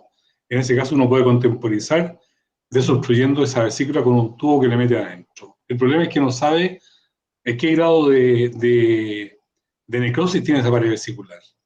Si está necrótica, por muchos tubos que le meta, el foco séptico va a seguir adentro, no nos sirve. Nosotros lo usamos excepcionalmente. En nuestro medio siempre podemos operar los enfermos, salvo una o dos excepciones por año. Así que yo creo que la colecistostomía percutánea, que ustedes la van a encontrar en todas partes, es de uso excepcional en nuestro medio. Ya. Entonces aquí ya se precoz. ¿Ya? Ahora, antibioterapia. ¿A qué se le podría indicar, sabiendo que esto es una patología inicialmente inflamatoria? En colecistitis agudas que tengan alguna complicación o en quienes se va a diferir un poco la resolución quirúrgica, pero en las colecistitis no complicadas, el uso de antibióticos se decide en base a los hallazgos intraoperatorios principalmente, ¿ya? No sé si existirá algún tipo de protocolo, lo que yo encontré fueron estos esquemas antibióticos que tampoco describían como un criterio unificado de la duración del tratamiento antibiótico, pero lo más utilizado, por lo menos en Chile o en el hospital de NJ, es la ceftriaxona, 2 gramos al día, más metronidazol de 500 miligramos cada 8 horas por vía endovenosa. ¿Con complicada te refieres a los grados que dijiste anteriormente? Con complicada me refiero a lo que vamos a hablar ahora. ¿Ya? Entonces, bueno, si nuestra paciente al ingreso hubiese tenido fiebre muy alta, hubiese tenido signo de Bloomberg positivo o resistencia muscular, ¿qué es lo que nos podría haber pasado? Probablemente una complicación de la colecistitis aguda. ¿Ustedes conocen alguna complicación? Colangitis. Colangitis, pancreatitis aguda. A ver, no exactamente. No exactamente. Perforación de la vesícula. La perforación de la vesícula sí es Con biliperitoneo. Ya, bueno, la complicación más frecuente de la colecistitis aguda es una gangrena vesicular. Que, bueno, siguiendo todo el mecanismo fisiopatológico que les mostré, posteriormente se hace el microabsceso dentro de la pared vesicular y con la consecuente gangrena, que puede llevar a una perforación de la vesícula. También podemos ver fístulas colecistoentérica, si es que hay gran inflamación, el hilio biliar y una colecistitis enfisematosa que es producida por algún agente productor de gas como un clostridio.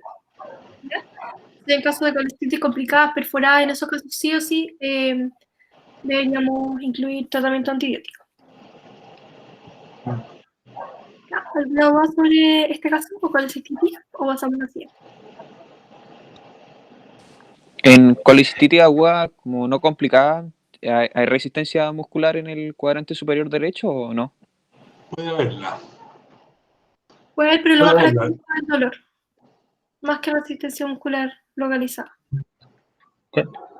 ¿Cuáles son las complicaciones más frecuentes de todas esas? La gangrena vesicular se presenta hasta en un 20% de los pacientes y después la perforación alrededor de un 2%. ¿Y la gangrena vesicular tiene como algo característico como que la distinga de la colecistitis aguda, sintomatológicamente? No hay.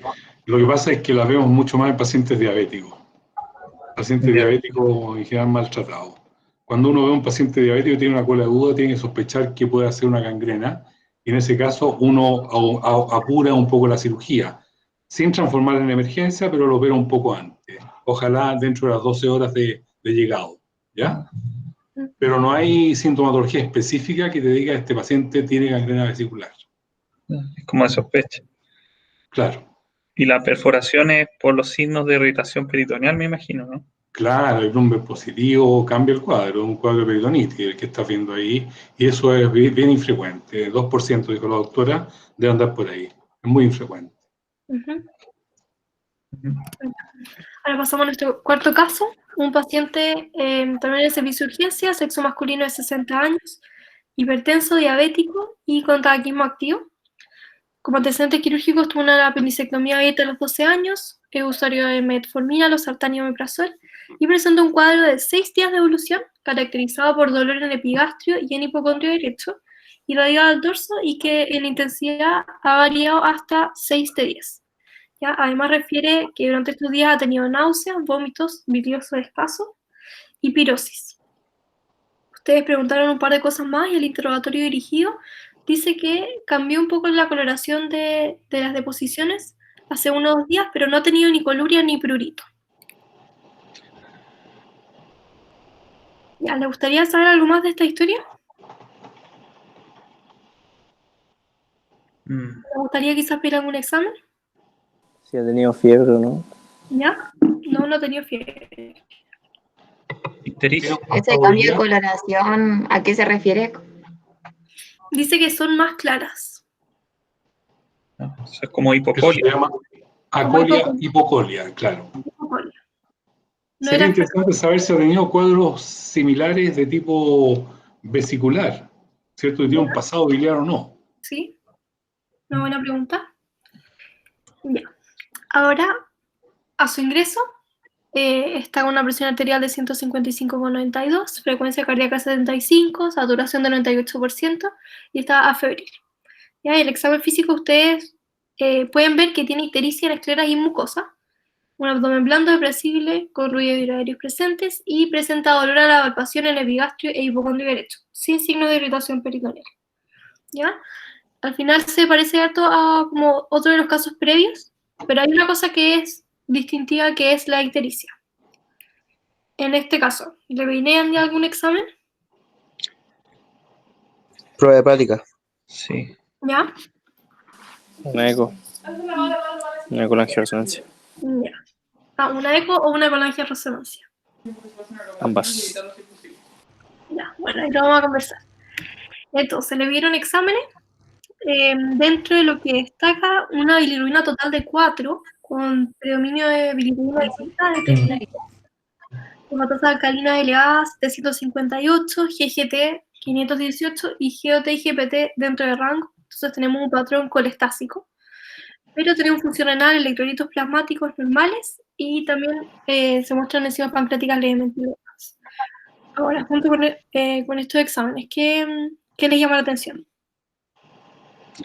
Bueno, lo que dijiste, el patrón colestásico y que las enzimas pancreáticas están levemente elevadas. Ya.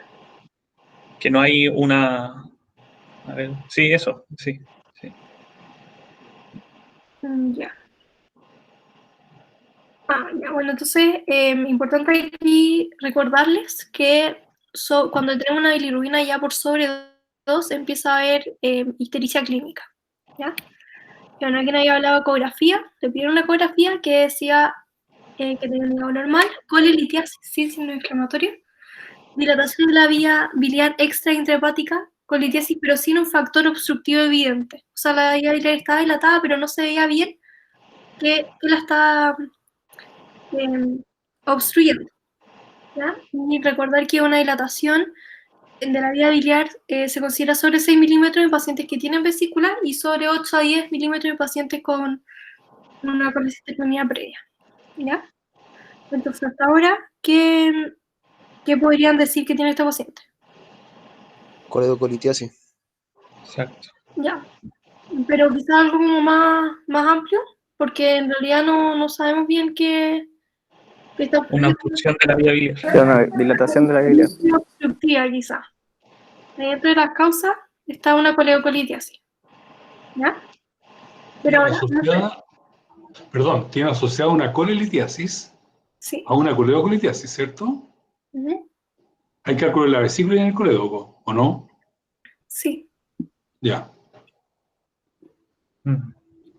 Entonces, en este caso, ¿qué harían? Porque en realidad, no, o sea, si es que no se puede ver bien la vía biliar en la ecografía, ¿qué podrían hacer? Una colangioresonancia. Ya. Súper, la colegio. Bueno, como antes de pasar a la colangioresonancia, un poquito sobre la coleocolitiasis, que es, bueno, la presencia de cálculo en el colédoco, pero es con o sin cálculo de la vesícula. En realidad eso no tiene relación, ¿ya? Y lo podemos clasificar estos cálculos en cálculos primarios y cálculos secundarios. Los cálculos primarios son los que se formaron de nuevo en la vía biliar y son principalmente de color café, versus los secundarios que tienen composición principalmente de colesterol, que son en el fondo cálculos que probablemente salieron de la vesícula y se instalaron en el colédoco. ¿Vale? Y tenemos otros conceptos importantes que son los cálculos en el colédoco post-colecistectomía. Acá tenemos tres como tipos de cálculos, por decirlo así. Los cálculos retenidos, que se pueden identificar de forma temprana después de una colecistectomía, si es que hace un estudio de imagen y aparecen ahí unos cálculos. Ya esos cálculos probablemente estaban en la cirugía y quedaron ahí olvidados. Esos son cálculos retenidos. Los cálculos residuales son cálculos que se diagnostican en menos de 2 años posterior a una colecistectomía, y los recurrentes son los que aparecen sobre 2 años posterior a una colecistectomía. ¿Ya? También tienen una diferencia en su composición. Los cálculos residuales principalmente son como los cálculos secundarios y los recurrentes se asocian más a cálculos primarios. Entonces, bueno, como bien decían, una colangioresonancia es un examen, el examen de elección para ver la vía biliar. Yo en realidad no entiendo mucho de colangioresonancia, pero acá se ve una clara obstrucción de la vía biliar y se ve una dilatación hacia el proximal, ¿no? Entonces, ya tenemos nuestro diagnóstico, en el fondo, de una obstrucción de la vía biliar por un cálculo en el colédoco. Isidora, ¿Sí? tú mostraste una ecografía en que se veía cálculos en vesícula y en colédoco, ¿cierto? Sí. En ese paciente en que ves los cálculos del colédoco a la ecografía, ¿le vas a hacer además una colangioresonancia? ¿O la deja la colangioresonancia cuando en los enfermos en que no tengo una clara obstrucción litiásica de la vía biliar? Bueno, me imagino que si es que hay una fuente de litiasis, probablemente nos podríamos ahorrar la colangioresonancia. Estamos de acuerdo. Es decir, la ecografía es capaz de ver 2/3 de los cálculos de la vía biliar, 60% más o menos. Entonces, hay un 60% de los pacientes en los cuales no tengo para qué hacer colangioresonancia. Si es que yo tengo una vía biliar dilatada, tengo un cuadro de obstrucción de la vía biliar clínicamente o de prueba de laboratorio y no demuestro los cálculos por ecografía, ahí hago colangioresonancia. ¿Ya? Ya. Hay centros y hay lugares y hay personas que piensan que hay que hacerla en todos los pacientes, pero a mí me parece que es un derroche, más en un país como el nuestro. ¿Ya? Yo creo que si tenemos una demostración clara, categórica, de una coleocolitiasis a la ecografía, la colangioresonancia está de más. Doctor, ¿hasta dónde alcanza a ver la ecografía de la vía biliar? La ecografía no es capaz de ver la parte retroduodenal del colédoco porque se interpone el aire del duodeno. El aire es enemigo de la transmisión del ultrasonido, por lo tanto es en la zona ciega, ¿ya? Y en esa parte es donde se quedan los cálculos que no vemos a la ecografía. Es un enfermo hay que hacer una colangioresonancia, sin duda. Pero si yo tengo claramente la visualización de un cálculo a la ecografía en el colédoco, no tengo para qué hacer colangioresonancia, ¿ya? Ya, perfecto. Ahora probablemente están trabajando ustedes en la clínica alemana, perdonen que ponga un nombre, o en la clínica Las Condes, en que a los doctores les dicen que pues, ojalá que hagan hartos exámenes, porque eso le conviene a la clínica. Bueno, ellos van a decir que le colangioresonancia a todos los enfermos, pero no existe una razón médica para hacerlo, ¿ya? Existen otras razones. Ya. Bueno, entonces en este caso, olvidémonos de que habían cálculos de la vesícula, ¿ya? Solamente estaba esta dilatación de la vía biliar y ahora se diagnosticó una coledocolitiasis. ¿Cuál sería, ustedes creen que el manejo para la coledocolitiasis?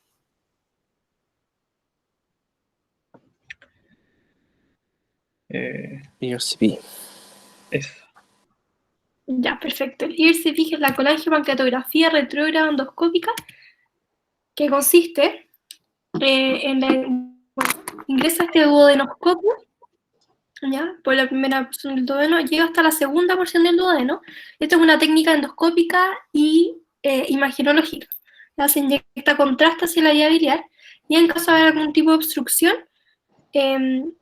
se puede retirar el cálculo, ¿ya? Esto es un examen que es diagnóstico y terapéutico, ¿ya? Para que sea terapéutico principalmente se puede hacer, algunas intervenciones y la más usada es la esfincterotomía o papilotomía, que es una sección ahí de la papila, de la ampolla de Vater, como para poder liberar los cálculos, ¿ya? Y este sería en el fondo nuestro gold standard porque podríamos ver el cálculo y además sirve de tratamiento.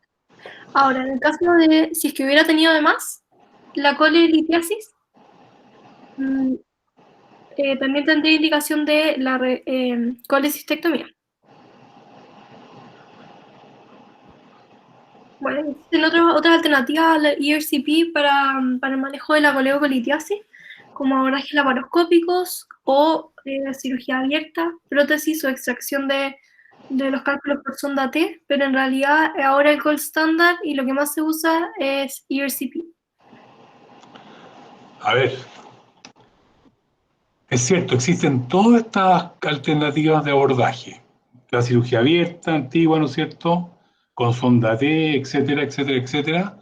El abordaje laparoscópico transcístico que se usa, ¿ya? A través del cístico se introduce un canastillo de Dormia, se sacan los cálculos. La coledocotomía laparoscópica, se abre el colédoco mediante laparoscopía, se sacan los cálculos.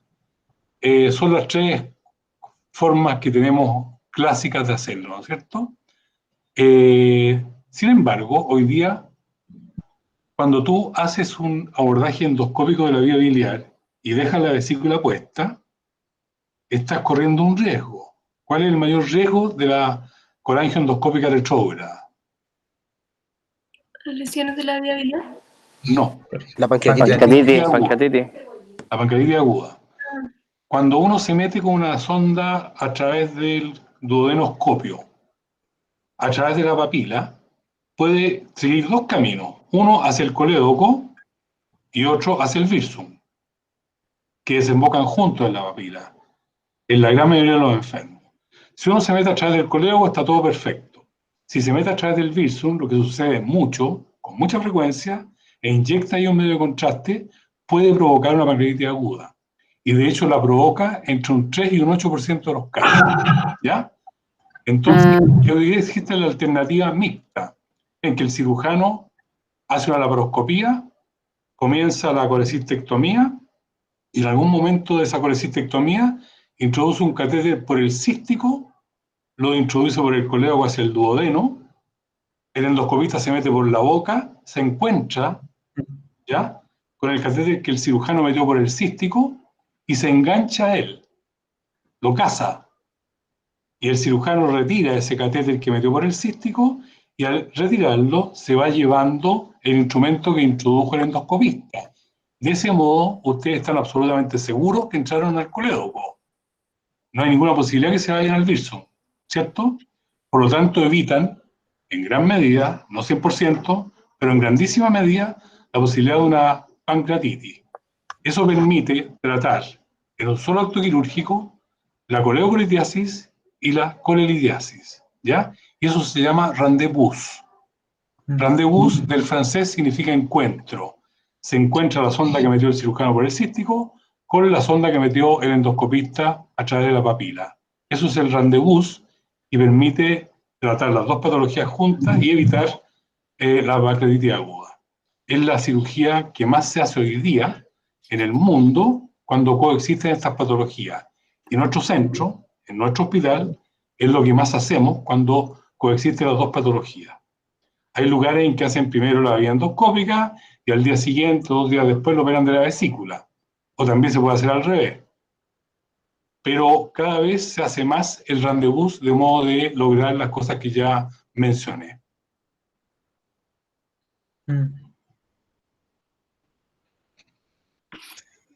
¿Eso lo sabían ustedes?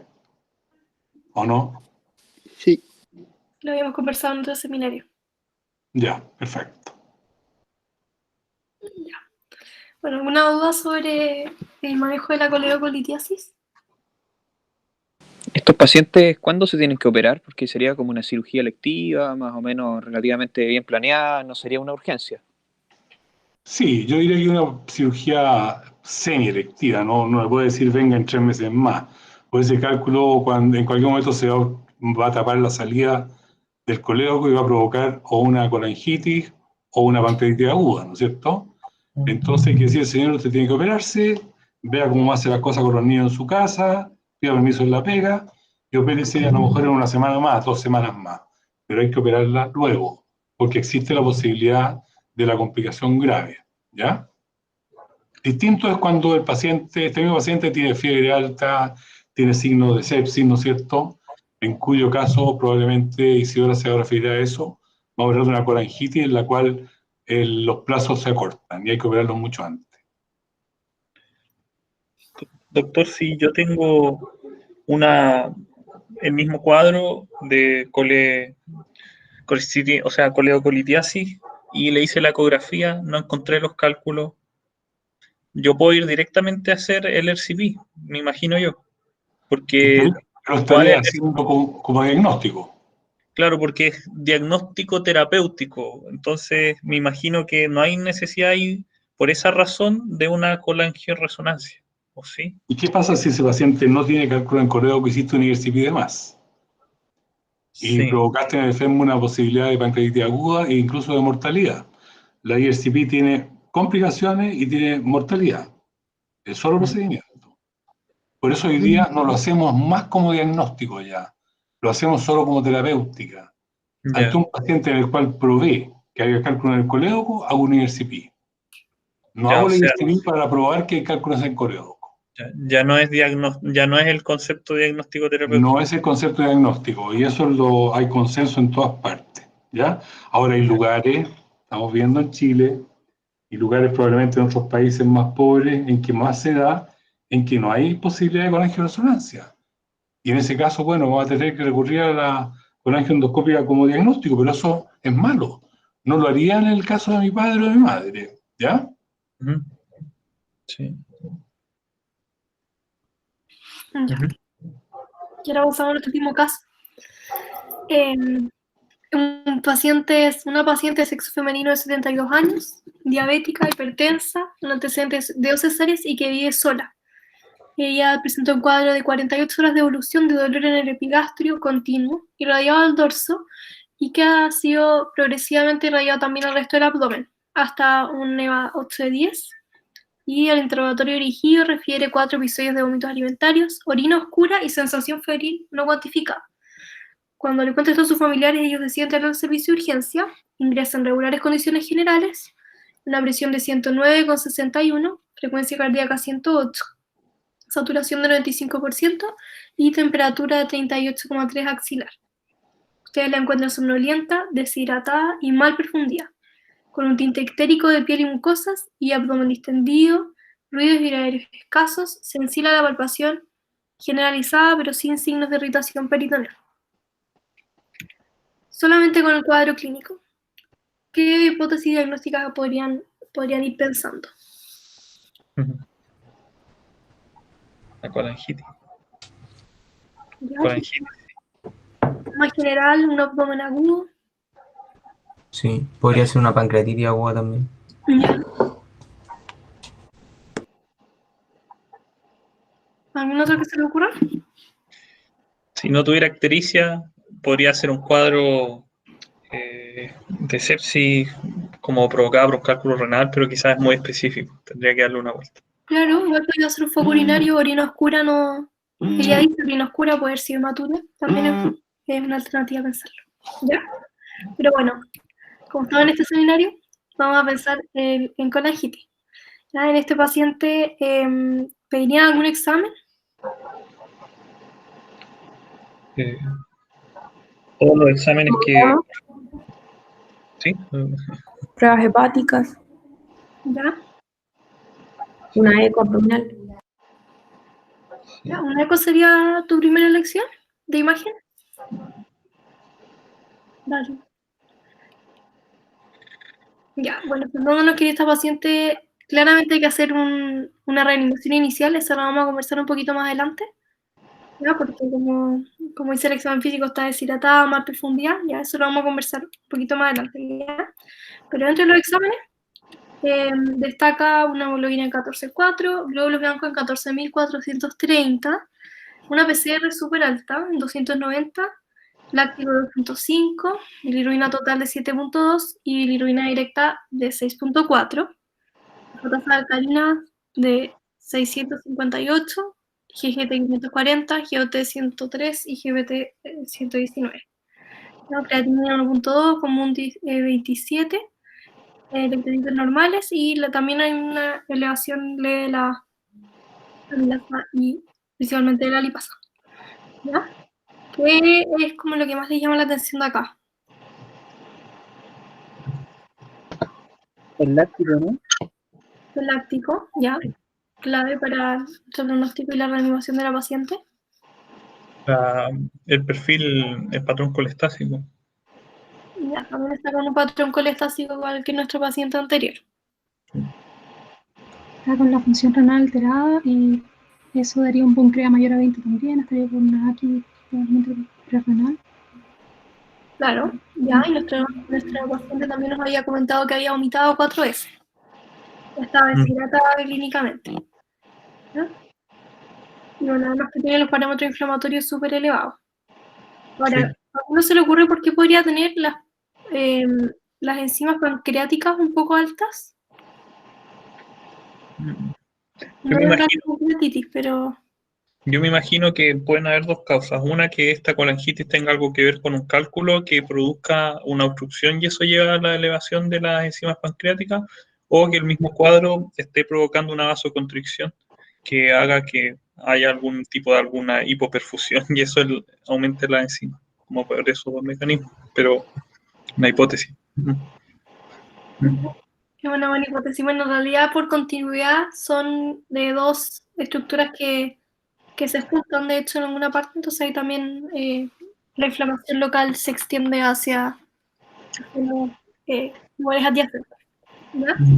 Ya, y además que alguien dijo que prefería una ecografía. ¿Están todos de acuerdo? ¿Todos pedirían una ecografía de entrada en esta paciente? ¿O pedirían algún otro examen quizás?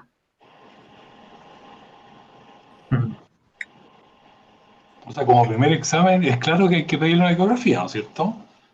Ahora puede ser que sigamos con otras cosas después, pero el examen de entrada, cuando uno sospecha una patología biliar benigna, es la ecografía, siempre. Independiente de que sospechen que es un cólico biliar, una colaguda, una colangitis. Partimos con la eco. Ahora, ¿con qué seguimos después? Es otro cuento. Ya, es bueno. Eso quería que quedara bien claro, que siempre se va a pedir una ecografía. Yo lo pregunté porque en realidad lo que he visto en servicio de urgencia es que se van directo al TAC, sobre todo en una paciente que está más inestable. ¿Ya? Bueno, en este caso clínico tengo bueno, aquí tengo un TAC que muestra una dilatación o una inflamación, acá se puede ver la vía biliar. Sí, no sé si es que la pueden ver acá, se ven las paredes bien engrosadas. No encontré muchas imágenes para mostrar sobre colangitis, pero esto es eso es lo que se vería, como paredes engrosadas, como inflamación, líquido pericoléoco. ¿Ya? Entonces, doctor, si quiere agregar algo más, algún signo característico.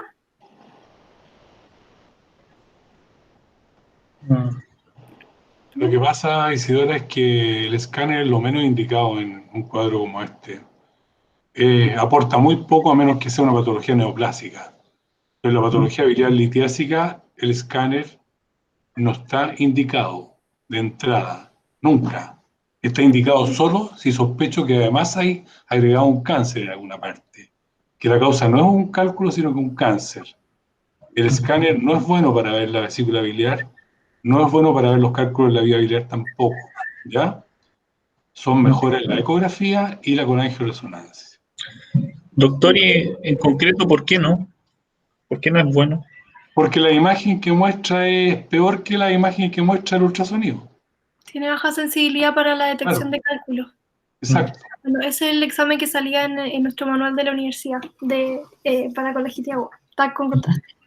Para que se olviden de eso y vean ecografía inicialmente. ¿Ya? Entonces, bueno, un poquito hablando de colangitis, esta es una infección bacteriana de la vía biliar previamente obstruida. La principal etiología en Chile, o sea, en realidad, en general es la etiología litiásica, y en Chile la segunda causa es por cáncer de vesícula, y bueno, es una patología que previamente tenía una mortalidad súper alta, hasta un 50%, pero que con los años ha ido disminuyendo hasta llegar a un 10%, ¿ya? Igual no es menor. Y en relación a estos fisiopatológicos, como les decía, previamente tiene que haber una obstrucción de la vía biliar, ¿ya? Frecuentemente por cálculo, pero también puede ser, como alguien dijo por ahí, una fasciola o un stent, ¿ya? Pero lo más frecuente es un cálculo. Lo que va a ocurrir es un aumento de la presión intraductal retrógrada. Este aumento de la presión va a empezar a interferir con las comunicaciones intercelulares y va a favorecerse un reflujo colágeno-venoso linfático.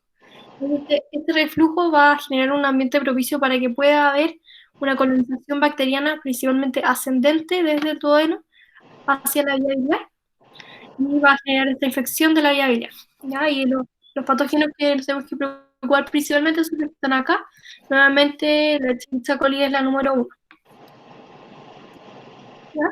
Clínicamente se presenta con la famosa triada de Charcot, que se ve en un 75% de los pacientes, una triada que consta de fiebre, dolor abdominal, ictericia, y si es que a esta triada le agregamos compromiso de conciencia e hipotensión, se denomina penta de Reynolds. ¿Ya? Bueno, también dentro de la clínica de la presentación tenemos algunos factores de mal pronóstico, como pacientes de mayor edad, pacientes que se presentan con shock al ingreso, pacientes con enfermedades concomitantes o con hiperbilirrubinemia, que se define con bilirrubina sobre 8 o con ictericia por más de una semana. ¿Ya? Esos factores dentro de nuestra evaluación inicial nos van a decir que el paciente tiene un peor pronóstico. ¿Ya? Y para el diagnóstico tenemos nuevamente nuestros otros criterios de Tokio, que también tienen tres pilares, pero son distintos.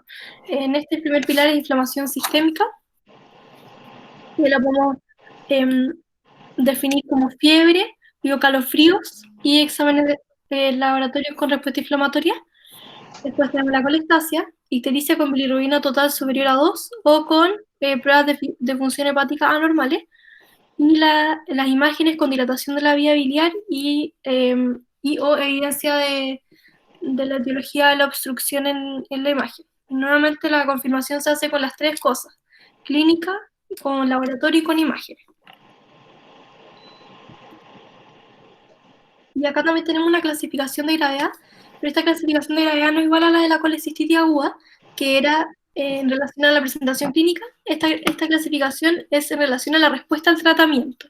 ¿Ya? En la leve grado 1 responde a nuestro tratamiento inicial, moderado grado 2 no responde al tratamiento inicial, pero no tenemos difusión orgánica, y en la severa o grado 3 ya hay algún tipo de disfunción orgánica, ¿ya? Y no responde tampoco al tratamiento inicial. Ahora, en esta paciente, volviendo a nuestro caso, venía deshidratada, somnolienta, con dolor, ¿qué sería su manejo inicial?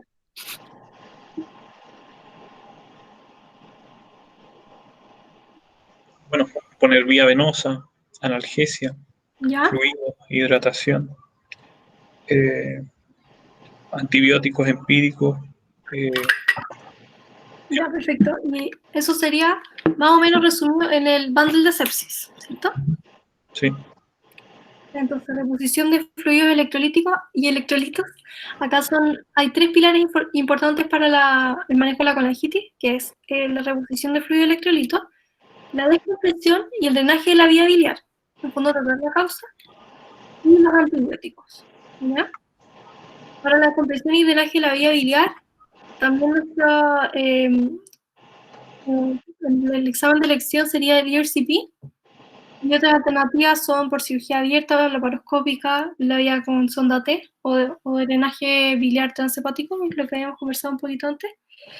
Y en relación al manejo antibiótico, se sugiere usar cefalosporina de tercera generación o quinolonas. Iniciar, obviamente, o sea, dentro de lo que se pueda, luego de la toma de hemocultivo, como sugiere el bundle de sepsis, y cubrir gram negativos y anaerobios, igual que para la colecistitis aguda. Ahora, la duración del tratamiento antibiótico va a depender de cada paciente. Y dentro de las alternativas de manejo, los pacientes que responden al tratamiento inicial, que serían los antibióticos y la reposición de fluidos, puede ser un tratamiento conservador, pero en casos que ya tienen o algún tipo de función orgánica o no responden al tratamiento inicial, ahí de entrada ya es con ERCP. También aquí hay una variación. La alternativa del drenaje biliar transhepático es excepcionalmente usada. Rara vez se usa. En este hospital, por lo menos, en que tenemos muy buenos radiólogos intervencionistas, la usamos rara vez.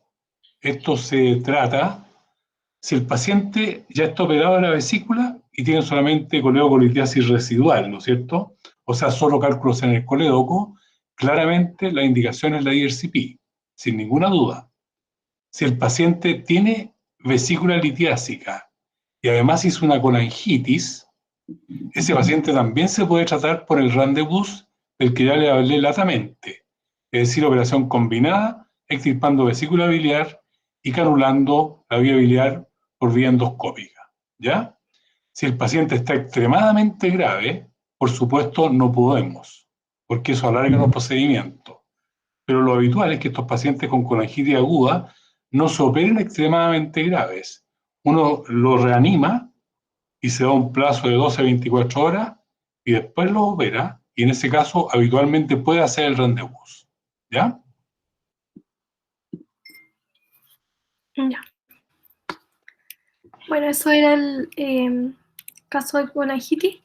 Aquí haré una diapositiva de síndrome de Mirici que lo han nombrado en un par de seminarios anteriormente. También es una complicación de la litiasis. Resulta de una inflamación aguda y crónica ocasionada por un cálculo que se impacta en el paciente con el conducto cístico, como muestra acá la foto de arriba, que puede tener una obstrucción parcial o completa finalmente de la vía biliar, y según su clasificación puede finalmente llegar a una fístula colecisto-coleociana, ¿ya? Es poco frecuente. Para su estudio del examen de elección es la colangioresonancia y se clasifica según el grado de la fístula. Acá es una clasificación hecha por el doctor Chendes del Hospital Clínico de la Universidad de Chile, que se usa a nivel mundial. Y otra complicación como más crónica es la fístula, como la que se puede ver acá, colecisto duodenal. Y también puede complicarse con ilio biliar, que corresponde a la obstrucción mecánica del intestino delgado por algún cálculo. Es la tercera causa de obstrucción del intestino delgado. En general estos cálculos se eliminan, pero si son muy grandes, principalmente mayores a 2 centímetros, pueden quedar atrapados en el lumen intestinal, y como se muestra acá en la imagen, el lugar más frecuente como de impactación es el ilion distal, ¿ya? Y tenemos signos radiológicos que nos pueden ayudar a definir si es que tenemos una fístula o el ilio biliar. Es la tríada de Rigler, que nos muestra obstrucción intestinal, neumobilia, ¿ya? Que en realidad en esta radiología no se ve muy bien, y se ve el cálculo en el intestino, ¿ya? Estos dos últimos como patologías son poco frecuentes. Y para finalizar, bueno, importante recordar que la patología biliar es súper frecuente en Chile y que, como vimos a lo largo del seminario, tiene una amplia variedad de manifestaciones clínicas, desde asintomático hasta cuadros severos, más graves como la colangitis, y cuadros crónicos, y hay otros más incluso que que bueno, por el objetivo del seminario y por la extensión tampoco los agregué. Y hay que tener un alto índice de sospecha, sobre todo en nuestro país, para poder tener un diagnóstico oportuno y un tratamiento adecuado, que va a ser como la clave para la evolución y el pronóstico de nuestros pacientes. Una derivación oportuna. Esto. ¿Alguien tiene alguna duda? Ojalá Yo que tengo una tengamos duda. muchas dudas. No sé quién dijo primero. Doc, una pregunta con respecto a la profilaxis que se hace respecto a la colecistectomía en pacientes con colelitiasis asintomática. Claro, el GES plantea que depende de un rango de edad y la presencia de cálculos en la vesícula. ¿Esto también hay algún elemento respecto al tamaño de los cálculos? Nosotros aquí en este hospital usamos profilaxis con antibióticos cefalosporina de primera generación en todos los pacientes que superan de la vesícula en forma No, doc, me refería a la colecistectomía que se hace en los pacientes que tienen colelitiasis asintomática. Ah, ya, sí. Claro, claro, en el GES aparece que depende del rango de edad de los pacientes y de la presencia de cálculos, pero depende del tamaño de esos cálculos, la Para la decisión de aplicación de hacerlo. GES, dices tú. ¿Claro? No tiene que ver con el tamaño, independiente del tamaño. Nosotros sabemos, ¿no es cierto?, que el cálculo más grande probablemente predispone más al cáncer vesicular, pero eso no está contemplado en las normas GES. Ya, Basta súper. con que existan cálculos, independiente del tamaño o del número. Muchas gracias, doctor. De que yo tenía una duda de que no me quedó claro el manejo de la colangitis aguda leve, si al final es un manejo conservador sin IRCP o con IRCP. Lo que pasa es que yo creo que cuando uno consulta textos extranjeros, especialmente americanos, se encuentra con que el tratamiento de elección de primera línea de ellos para la colangitis aguda es el tratamiento antibiótico, y con medidas de reposición hidroelectrolítica, bundle de sepsis, etc. Y si ese paciente responde, ellos no lo operan, no le hacen nada más. Pero aquí en Chile, para nosotros esa es la primera parte del tratamiento. Siempre vamos a enfocar a ese enfermo, ¿ya? Ahora, no deben olvidar ustedes que hay un porcentaje importante, significativo, que es de 2/3 de los cálculos del colédoco que son capaces de migrar espontáneamente al duodeno. O sea, se operan solo los enfermos. Esos enfermos probablemente son los que se benefician de un tratamiento exclusivamente conservador. Es decir, traté yo la complicación que produjo el cálculo y el cálculo después pasó. No tengo que enfocarlo, ¿ya? Pero para saber eso tengo que estar seguro. ¿Cómo estoy seguro? ¿Qué les parece? Mejora clínicamente nuestro paciente. El enfermo se mejoró, bajaron las pruebas hepáticas, se normalizaron, le hice una colangioresonancia de verificación y ya no hay cálculo en la vía biliar. ¿Ya? Ese enfermo, si no tiene vesícula litiásica, o sea, si tenía una coledocolitiasis residual solamente, se mejoró, no hubo necesidad de hacerle nada más. Pero lo que nosotros vemos con más frecuencia es que los pacientes los tratamos cuando tienen colangitis con las medidas conservadoras de antibióticos, etcétera, pero para prepararlos para la cirugía endoscópica. Para nosotros no es el tratamiento exclusivo, ¿ya? Los preparamos para la cirugía endoscópica.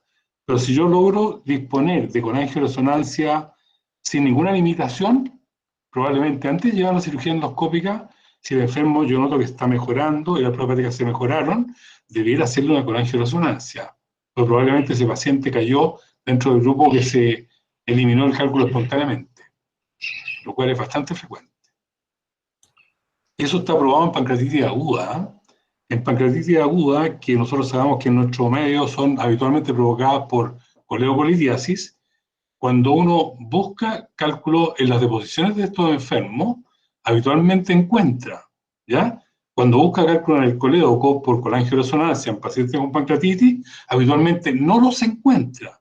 Es decir, el cálculo estuvo ahí, provocó el problema y pasó, ¿ya? Eso ha sido absolutamente probado en pancreatitis. Y pensamos que lo mismo sucede en colangitis. Perfecto. Muchas gracias, doctor. ¿Algo más? Te felicito, Isidora. Muy buena enfoque del seminario. Lo hiciste súper bien. Excelente. Gracias, doctor. Doctor, Aquí Lucas pregunta, ¿qué es el bilioma? Sí, eso mismo. El bilioma es una acumulación de bilis que está localizada dentro del abdomen, ¿no es cierto? Habitualmente secundaria a una colecistectomía, en la cual quedó algún conductillo biliar aberrante dando bilis hacia la zona subhepática, o en el cual se soltó el clip del cístico y salió bilis del colédoco y se acumuló en la zona subhepática. Bilioma, en el fondo, entonces, es una acumulación de bilis, habitualmente post-cirugía. Tiene una complicación de la colecistectomía.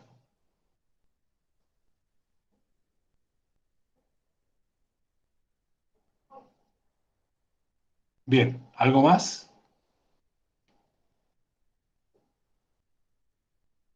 Bueno, los felicito. Lo han hecho muy bien. Que sigan bien. Espero verlos luego por aquí, para ver la parte práctica. Gracias, doctor. Gracias, doctor. Ya, chao, hasta luego. Muchas gracias. Gracias. Muchas gracias, doctor. Gracias, Isi. Ya muchachos, conecten.